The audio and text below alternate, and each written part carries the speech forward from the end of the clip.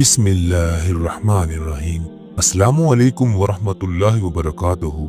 پانی اللہ تعالیٰ کی عطا کردہ ایک عظیم نعمت ہے جس کا ذکر قرآن مجید اور احادیث مبارکہ میں بارہا ہوا ہے، اور ہم نے ہر زندہ چیز کو پانی سے پیدا کیا۔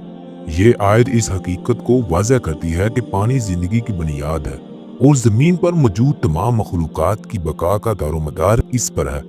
اسلام میں پانی کی اہمیت کو نہایت بلند مقام دیا گیا ہے۔ طہارت اور پاکیزگی کے لیے پانی کا استعمال دین اسلام کا ایک بنیادی جزو ہے۔ وضو اور غسل کے بغیر نماز جیسے اہم عبادات مکمل نہیں ہوتی، جو یہ ظاہر کرتا ہے کہ پانی روحانی اور جسمانی پاکیزگی کے لیے قدر ضروری ہے۔ رسول اللہ صلی اللہ علیہ وسلم نے پانی کے استعمال میں اعتدال کا حکم دیا ہے۔ آپ صلی اللہ علیہ وسلم نے فرمایا، پانی کو ضائع مت کرو، چاہے تم بہتی ہوئی نہر پر ہی کیوں نہ ہو۔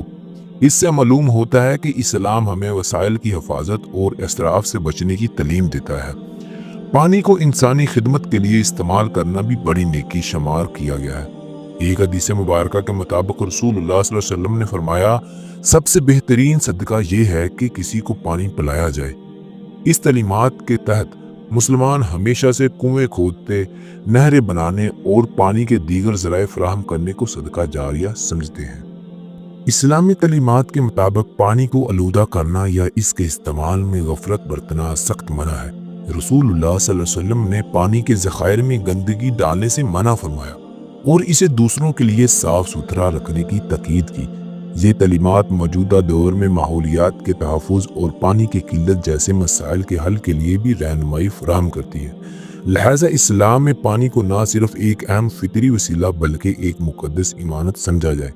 ہمیں اس نعمت کی قدر کرتے ہوئے اس کو صحیح استعمال کرنا چاہیے اور اس کی دستیابی کو یقینی بنانے کے لیے اپنی ذمہ داری کو ادا کرنی چاہیے۔ پانی کا تحفظ اور اس کی تقسیم انسانیت کی خدمت کے زمرے میں آتا ہے، جو اسلامی اقدار کی روح ہے۔